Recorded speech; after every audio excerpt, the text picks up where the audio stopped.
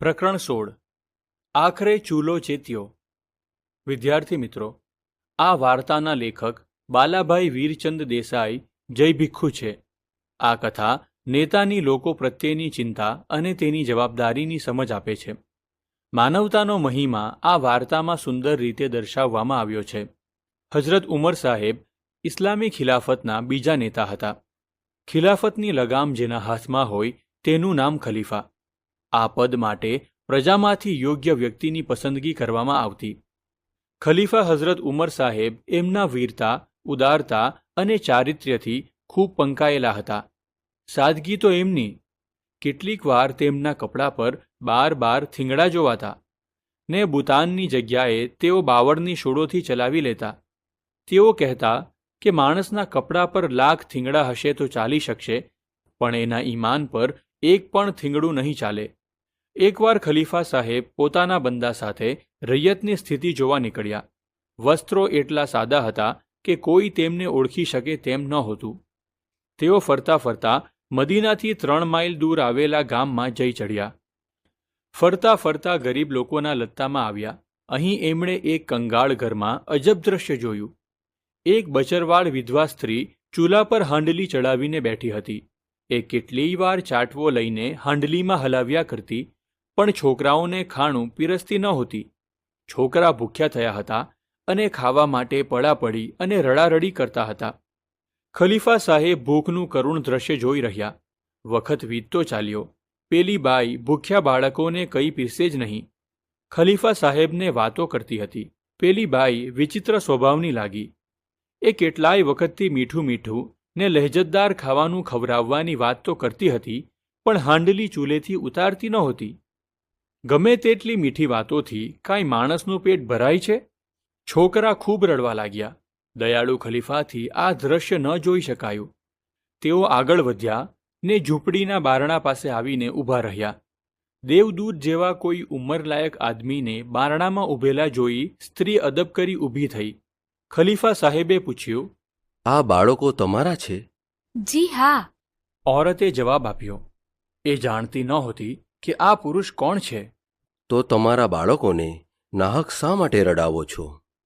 ન રડાવું તો શું કરું? સ્ત્રીના મોં પર દુઃખ છવાઈ ગયું। બાળકોને હાંડીમાંથી ખાવાનું પીરસો, માત્ર વાતો કરવાથી પેટ ના ભરાય। અવાજમાં લાગણી ભરી હતી। બાઈને લાગ્યું કે પોતાના દરવાજા પર કોઈ લાયક આદમી આવીને ખડો છે। મન ખુલ્લું મૂકી વાત કરી શકાય તેવો માણસ લાગ્યો। એણે ઓશિયાળું મોં કરીને કહ્યું, મહેરબાન, અમે ઘણા દિવસથી ભૂખ્યા છીએ। હું તો ગમે તેમ ચલાવી લઉં, પણ આ બાળકો કાંઈ સમજે છે? એ તો ભૂખ્યા થાય એટલે રડે જ। મેં છોકરાઓને રાજી રાખવા હાંડલી ચૂલે ચડાવી છે। મીઠી મીઠી વાતો કરી રહી છું। બાઈની આંખમાં આંસુ આવ્યા। એણે ધીરેથી કહ્યું, હાંડલીમાં પાણી સિવાય કાંઈ નથી। મારા ઘરમાં પણ ગોળાના પાણી સિવાય કાંઈ નથી। ખલીફા સાહેબ આ વાત સાંભળી 2 ઘડી એમને એમ ઊભા રહ્યા। પછી એમના મોં પર દુઃખ ઉભરાઈ ઉઠ્યું। તેઓ પોતાની કાંઈ પણ ઓળખાણ આપ્યા વગર એકદમ પાછા ફર્યા ને મદીના શરીફની મજલ કાપવા લાગ્યા। મદીના શરીફ પહોંચીને સીધા તેઓ રાજભંડારમાં ગયા। તેમનો પોતાનો ભંડાર તો ખાલી હતો, પણ પ્રજાના ભંડાર ભરપૂર હતા। તેઓએ કોઠારી પાસેથી લોટ, ગોળ, ઘી અને તરકારી લીધા। લઈને એક કોથળામાં ભરી પાસે બંદો ઊભો હતો એને કહ્યું, મારી પીઠ ઉપર આ કોથળો ચઢાવ। બંદો ગળગળો થઈને બોલ્યો, નામવર, એક કામ માટે આ બંદો હાજર છે।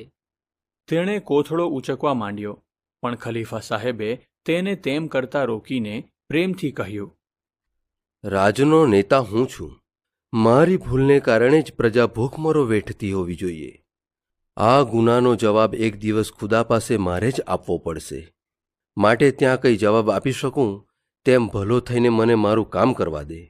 બંદાએ ફરી આજીજી કરી, પણ ખલીફા સાહેબ ન માન્યા તે ન જ માન્યા।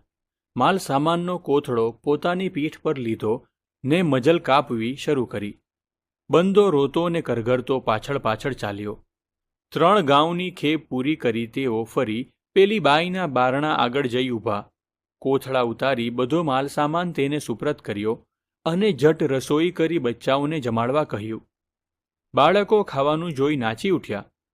મા લોટ બાંધવા બેઠી, પણ ચૂલો બુઝાઈ ગયો હતો. સૂકા બળતણ હતા તે પૂરા થઈ ગયા હતા ને લીલા બળતણથી ચૂલો જલતો ન હતો. છોકરા તો અધીરા બન્યા હતા. બાઈ એક હાથે ચૂલો જલાવે ને બીજે હાથે લોટ બાંધે, પણ એ રીતે કામ ઝટ ક્યાંથી થાય? ખલીફા સાહેબથી આ વિલંબ સહન ન થયો. તેમણે કહ્યું, તું લોટ બાંધ, હું ચૂલો જલાવી દઉં. ને ખલીફા સાહેબ ચૂલો જલાવવા બેઠા. બળતણ લીલું એટલે ધુમાડાથી આંખો લાલ લાલ થઈ ગઈ ને ફૂંકી ફૂંકીને મોં તથા દાઢી રાખથી ભરાઈ ગયા. પણ ખલીફા સાહેબ એક બાપના પ્યારથી બાળકો સામે જોતા જાય, ધીરું ધીરું મલકાતા જાય ને ચૂલો ફૂંકતા જાય. આખરે ચૂલો ચેત્યો. ખાણું ઝડપથી તૈયાર થયું. બાળકો ખાવા બેસી ગયા. ખલીફા સાહેબ પિતાના પ્યારથી બાળકોને જમતા જોઈ રહ્યા. પેલી બાઈએ આ અમીર માણસનો આભાર માનતા કહ્યું, ખુદા તમને લાંબી ઉંમર ના કરે. ખરું પૂછો તો રાજમાં તો રૈયતના સુખ દુઃખને પોતાના સુખ દુઃખ સમજનાર તમારા જેવા જ ખલીફા હોવા જોઈએ. હજરત ઉમર જેવો ખલીફા હોય તો પણ શું, ને ન હોય તો પણ શું? પ્રજા એને શું કરે? હજરત ઉમર સાહેબ આ સાંભળી કંઈ ન બોલ્યા. એટલું બોલ્યા, બાઈ, મારી તરફથી એમનો ગુનો માફ કર. હજરત ઉમરના ભલા માટે ખુદાને દુઆ કર.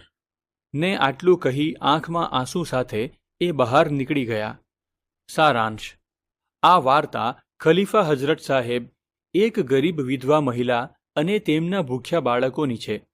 હજરત ઉમર સાહેબ ઇસ્લામી ખિલાફતના બીજા ખલીફા. તેમની નીતિ, ઉદારતા અને સાદગી માટે જાણીતા હતા.